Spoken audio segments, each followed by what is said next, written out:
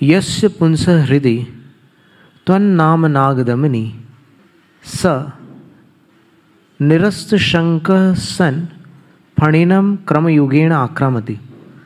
जिस मनुष्य के हृदय में त्वन्नाम नागदमनि, आपका नाम, और वह नाम उसको एक रूपक दिया है नागदमनी, आपके नाम रूपी नागदमनी। नागदमनी का अर्थ एक कोई ऐसी वस्तु होती है जिससे नाग का दमन किया जा सकता है। कोई उसको गरुड़ मणि भी कहते हैं, और कोई एक विशेष वनस्पति भी बताते हैं।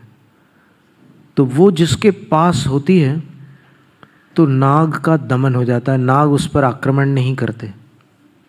तो यहाँ आचार्य महाराज कह रहे हैं कि गरुड़ मणि की भी आवश्यकता नहीं है, और न ही उस वनस्पति की, न ही उस जड़ की आवश्यकता है जिससे नागों का दमन होता है। केवल हृदय में आपका नाम हो, वो नाम ही नागदमनी है, तन नाम नागदमनी। और जिसके हृदय में वो नागदमनी है वह निरस्त शंका, शंका का अर्थ भय भी होता है, भय को निरस्त करके निर्भीक होकर क्रमयुगेण, अपने चरण युगल द्वारा फणिनम आक्रामति। यहाँ पर आक्रामति का अर्थ आक्रमण नहीं है, यहाँ पर आक्रामति का अर्थ होता है उल्लंघन, लांग जाना। तो जिसके हृदय में नाम रूपी नागदमनी है वह फणा वाले सर्प को अपने पैरों से लांग जाता है, और निर्भीक होकर, निडर होकर लांग जाता है। कैसा है वो फणा वाला सर्प? तो आचार्य लिखते हैं रक्ते क्षणम, रक्त ईक्षण वाला है। ईक्षण का अर्थ होता है अक्षी, आँख, नेत्र, लाल नैनों वाला है। और कैसा है? समद कोकिल कंठ नीलम, समद, वसंत ऋतु में जो नर कोकिल होता है उसको मद आ जाता है, वो रात होने के कारण उसको मजबूरन चुप होना पड़ता है, दिन भर कूकते रहता है।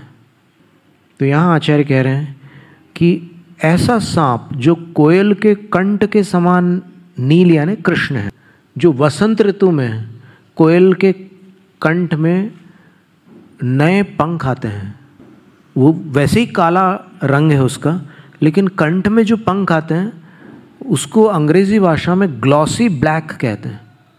काले रंग के ऊपर अगर मोम को घिस दिया जाए तो वो काला रंग तो जाएगा नहीं, लेकिन उस काले रंग में एक शाइनिंग आ जाएगी, चमक आ जाएगी। तो वैसे चमकीले पंख उस कोयल के कंठ में आते हैं वसंत ऋतु में। तो यहाँ पर सांप के वर्ण का वर्णन है कि कैसा सांप है वो, कैसा नाग है।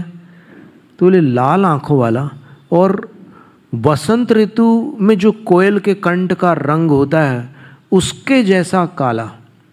तो काले में भी काला। और कैसा है?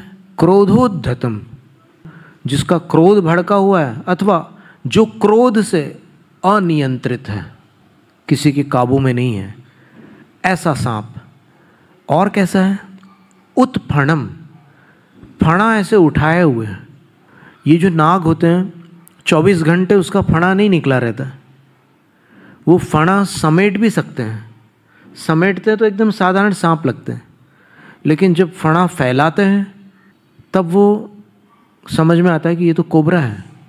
तो इसी तरह ये जो सांप भड़का हुआ है, तो ये जिस पर भड़का है सो ठीक है, लेकिन जिसके हृदय में नागदमनी है उसको उसकी चिंता नहीं होती कि ये किस पर भड़का हुआ है, वो उसको लांग करके निकल जाता है।